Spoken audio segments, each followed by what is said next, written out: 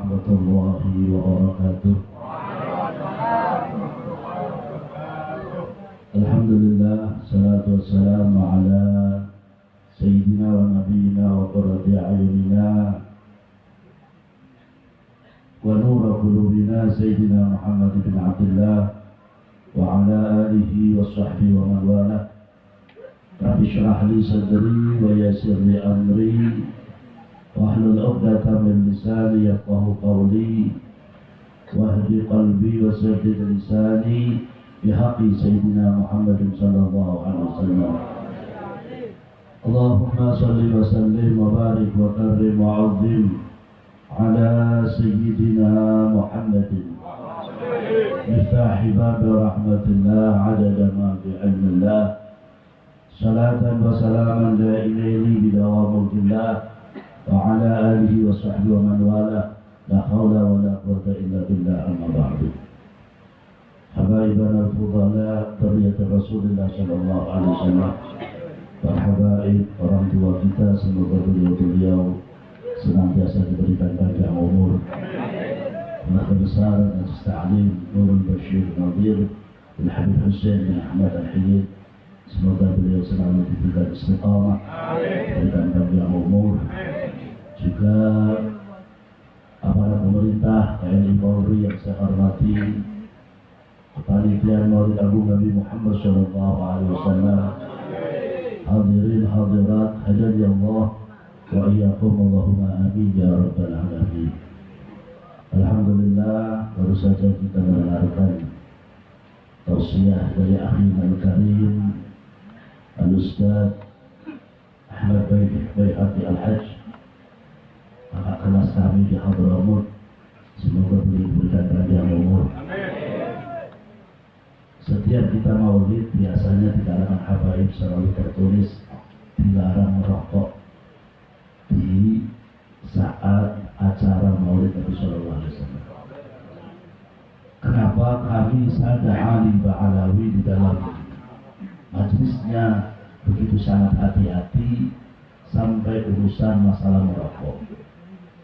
Sebenarnya bukan sekarang saja, ini sudah lama di zaman Al-Imam Al-Habib Ahmad bin Hasan Al-Attas.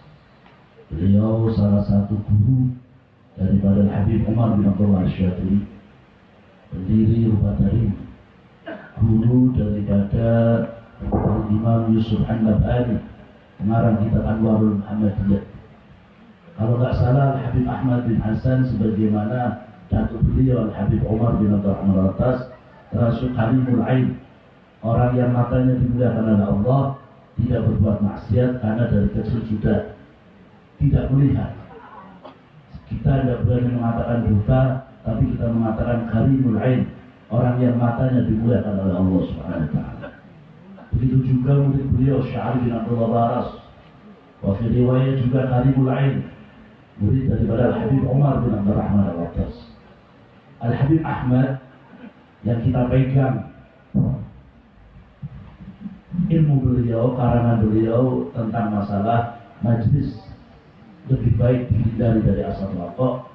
Ada satu riwayat, satu ulama bermimpi bertemu Rasulullah SAW. Rasulullah SAW kalau nggak salah di kota Seoul, tapi tolong ingatkan apabila anda tidak salah. Itu beliau melihat baginda Rasulullah SAW. Yang bicara mimpi, insya Allah semoga di antara kita ada yang bisa bermimpi Rasulullah SAW. Banyak ulama ya yang bisa bermimpi Rasulullah.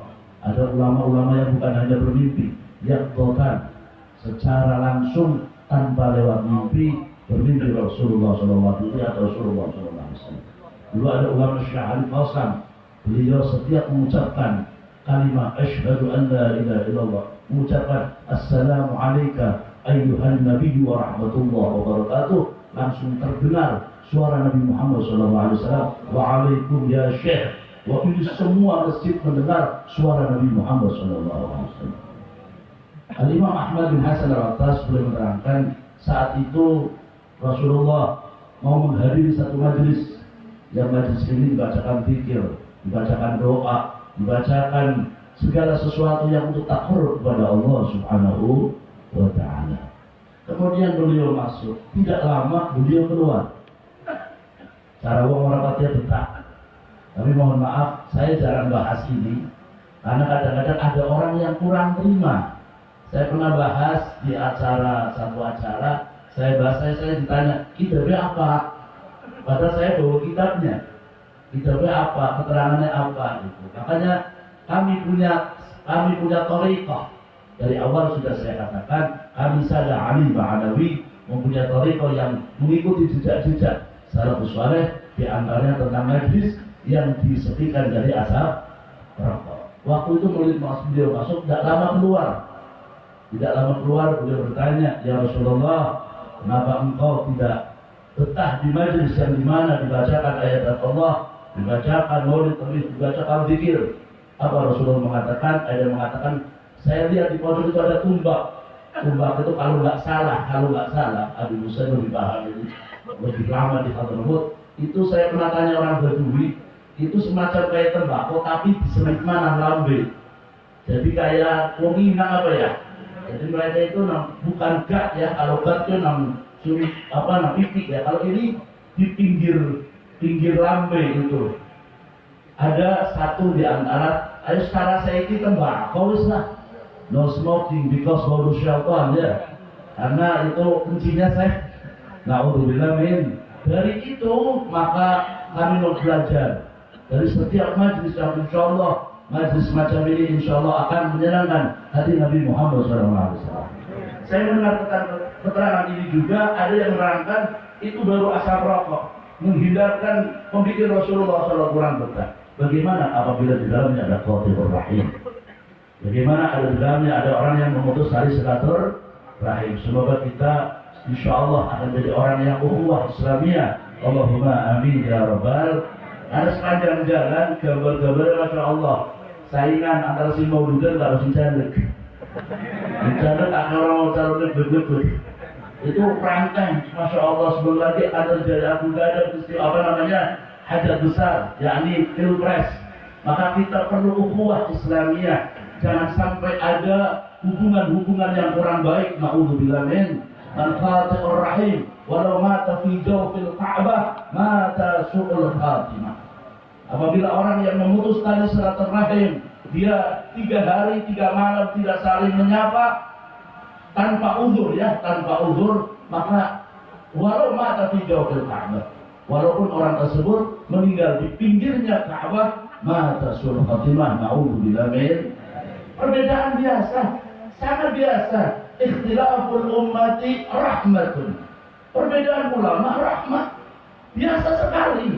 Contoh mohon maaf, kita melihat banyak sekali. Seorang ulama misalkan dari mazhab arba'ah ada mengatakan air satu kolam renang misalkan kena satu najis saja najis semua. Ada ulama mengatakan satu tanpa berubah walaupun airnya sedikit tidak najis. Ada lagi besar kalau roba. Ini perbedaan-perbedaan mazhabul arba'ah sangat-sangat kencang. Sudah saja. Imam Syafi'i guru daripada Imam Malik. Imam Syafi'i guru dari Imam Ahmad bin Hanbal. Guru murid beda biasa. Sampai yaumil ayam Imam Syafi'i radhiyallahu anhu, saya mendengar dari Sayyidina Habib Umar kalau nggak salah di Brebes. Beliau mengatakan Imam Syafi'i bermimpi bertemu Rasulullah SAW. Beliau mengatakan Basyiru Ahmad bin Hanbal bil Jannah. Kasih kabar gembira kepada Imam Ahmad bahwa dia akan masuk surga dengan Allah Subhanahu wa Ta'ala. Kemudian Imam Syafi'i memanggil muridnya, dipanggil muridnya untuk menemui Imam Ahmad bin Hanbal. Setelah ditemui beliau, kemudian kabarkan kepada Imam Ahmad bahwasanya tadi malam saya bermimpi Rasulullah Sallallahu Alaihi Wasallam, mendapatkan kabar gembira bahwa dia akan masuk surganya Allah. Sang murid pun datang berjalan menuju Imam Ahmad. Setelah mengabarkan, ya Imam Ahmad, tadi malam saya bertemu, guru saya mengabarkan bermimpi bertemu Rasulullah SAW, mengabarkan bahwa akan masuk surga. Imam Ahmad bahagia, senang. Ya Allah, begitu hebatnya guru saya. Ini guru loh, guru kalau muridnya beda. Kadang-kadang kita Masya Allah, anak murid sejarah berbeda langsung, kan saingan baru guru apa? Ya nggak, kadang-kadang kita beda sedikit aja udah kayak gitu. Habib Husain Masya Allah, majelis taklimnya malam satu, saya malam satu. Tapi sebelum beliau bikin majelis, kami sudah musyawarah dan mendapatkan perintah dari guru mulia kami untuk mengembarkan dakwah bareng-bareng. Bukan Habib Husain malam satu, memang kami sudah datang ngobrol sama Habib Husain. Bisa datang diskusi tugasnya dewek Habib Husain memiliki wonten majelis, kalau wonten alhamdulillah ukhuwah yang sangat kuat yang diajarkan guru-guru kami. Nah ini Imam Ahmad waktu beliau mendapat kabar itu, yang baik pun langsung juput maka sorban jubah yang baik pun tinggi, kemudian diberikan kepada muridnya Imam Syafi'i. Saya titipkan buat kamu hadiah. Subhanallah, santri senang juga hadiah atau kesempatan yang baik pun wangsul mengabarkan kepada Imam Syafi'i. Ya Imam Syafi'i, alhamdulillah sudah saya kabarkan tentang mimpi engkau tadi malam kepada Imam Ahmad. Terus saya dapat hadiah. Jubah ini dikasih oleh Imam Ahmad. Apa Imam Syafi'i mengatakan? Itu jubah baru apa habis dilepas? Habis dilepas langsung dipakai, kasihkan ke saya. Sebentar. Beliau ambil jubah tersebut, kemudian beliau ambil ember satu air, taruh ember, kemudian jubahnya dimasukkan ke dalam air tersebut. Diperas, setelah diperas, saya balik ke sini lagi. Saya ingin mendapatkan barokah dari murid saya, baju yang dia pakai. Sallu ala Nabi Muhammad. Begitu dahsyatnya, begitu nikmatnya ukhuwah Islamiyah. Begitu dahsyatnya hubungan-hubungan yang rohaniyah yang insya Allah akan menyenangkan hati Nabi Muhammad sallallahu alaihi wasallam. Tadi saya katakan satu hadis Rasulullah sallallahu alaihi wasallam, qati'ur rahim walau mata fi jawfil Ka'bah mata sul khatimah. Saya pernah baca kitab waktu di Habib tadi, waktu saya di sana. Tapi kalau saya ditanya kitab apa, sampai detik ini saya belum menemukannya. Saya baca kitab, tapi waktu itu tembel kita Fathul Qorib. Anak kita Fathul Qorib, tapi wonten porasan, lempiran. Kemudian saya dalam Masya Allah, ternyata keterangan ini Masya Allah, keterangan yang sangat baik, keterangan yang insya Allah menjadikan kita lebih memperbanyak untuk saling bersilaturahim. Allahumma. Jadi ini orang Masya Allah, orang yang ahli ibadah kepada Allah. Wong sing langkah-langkah sembahyangnya nang pinggir Ka'bah, maca Qur'an nang pinggir Ka'bah, dia jalankan hidup bertawaf takor kepada Allah Subhanahu wa taala. Orang yang sangat jujur, orang yang sangat baik. Kemudian ada orang datang menitipkan satu barang yang berharga. Saya titipkan ini kepada kamu. Subhanallah, dia titipkan tidak lama setelah dia sudah titip barang tersebut, dia bawa pemesan. Mereka kemarin pun bukan enten. Wongnya diserangkan, apa barangnya dijawab buatan. Ternyata wongnya mati-matinya ada dalam keadaan sujud nabi pinggir Ka'bah. Itu sujud sama saya nanti itu.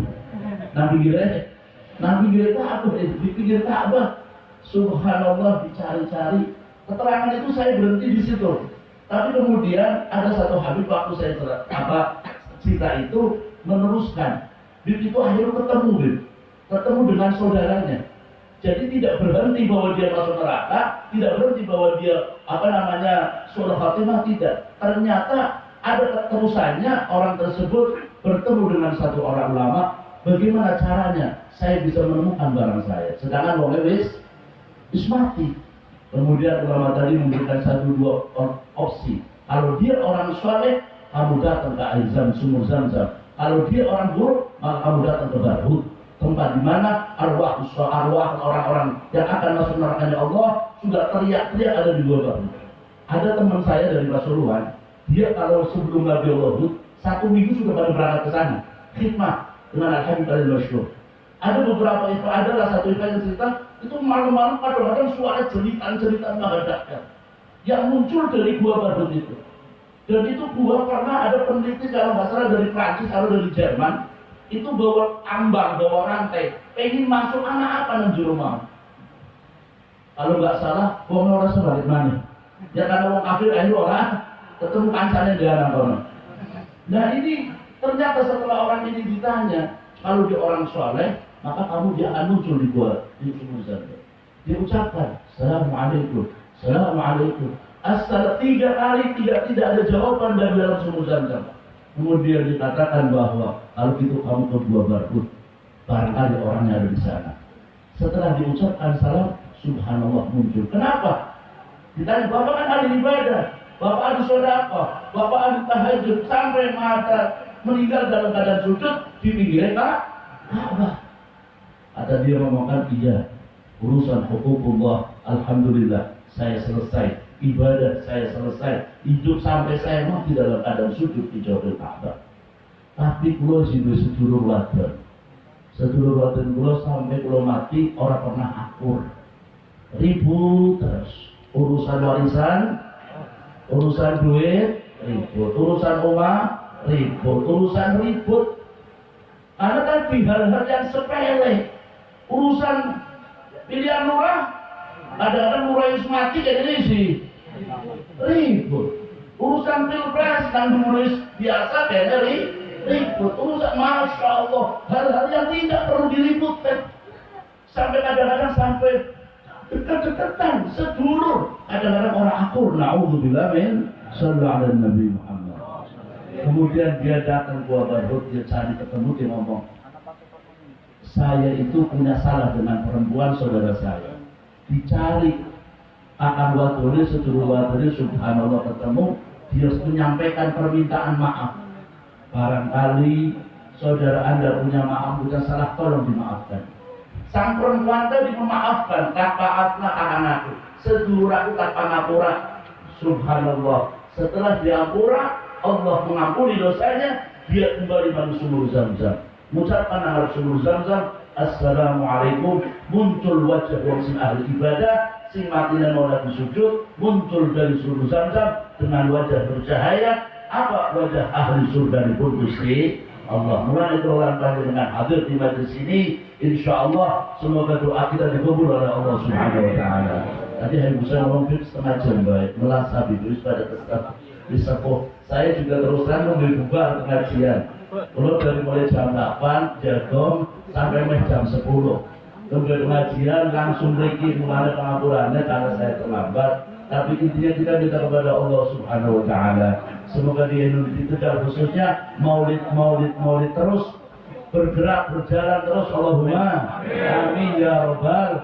Walaupun mohon maaf para habaib lagi dapat cobaan dari Allah difitnah sedemikian rupa sampai ngomong SBN apa. Masya Allah, moga-moga wonge diampura dosane. Allahumma wis anjing menggonggong akhirat tetap udah usah dikubris, diam, hadapi mereka diam. Sebagaimana apa kalau kita menghadapi orang yang terjawab adalah jahil huwa jawabu, meninggalkan orang bodoh sampai ribut karo wong soibu wong pintar kuwi gampang daripada sibuk bodoh karo wong bodoh siji. Wong bodoh siji repot, digawe menek ngamuk, terus jawab. Tinggalkan dia, buat jawab. Itulah jawabannya. Jadi nang Tegal kayak apapun, insya Allah moga-moga Tegal langkah desas besusin kurang ajar. Allahumma di anaknya semoga-moga cepat tobat balik Gusti Allah. Dari awal mulai sampai sekarang sekitar ngambil mulai dulu akhir mulai. Jadi dari awal sampai mulai kayak mewah dalam umuman. Kalau bawa TPP tambah kayak terunggi loh barang-barang. Terungginya terus beli terus sih. Jadi rasa suka sama timbang, barokah insya Allah. Allahumma. Minuman yang kita minum saja, setiap yang kita minum itu habis kemarin saya mendapat keterangan itu satu kita minum air yang ada di bacaan Maulid Nabi Sallallahu Alaihi Wasallam, insya Allah uluful barokah ada dalam minum kita. Allahumma amin ya rabbal alamin. Itu saja yang bisa saya sampaikan. Mohon maaf apabila ada kekhilafan. Astaghfirullahaladzim min qalbin bil amal. Astaghfirullahaladzim min al-amal bil ikhlas. Kita doakan Habib Hussein dan keluarga beliau, ayahanda beliau, semuanya diberikan panjang umur. Dan para habaib kita, semoga beliau diberikan kesehatan. Dan juga hadirin wal hadirat semuanya tidak keluar dari majlis ini kecuali Allah gampangkan segala urusannya. Allah mudahkan rezekinya, Allah mudahkan jodohnya. Anak-anaknya jadikan anak-anak yang salih-salihah. Dan Masya Allah, desa kesayangan memecahkan rekor terbanyak Maulid Nabi Muhammad Sallallahu. Setiap gang anak muludan kesayangan. Allahumma amin ya rabbal alamin. Itu saja yang bisa saya sampaikan. Wallahu a'lam. Wassalamualaikum warahmatullahi wabarakatuh. Waalaikumsalam warahmatullahi wabarakatuh. Disampaikan terima kasih kepada Habib Soleh bin Nabi atas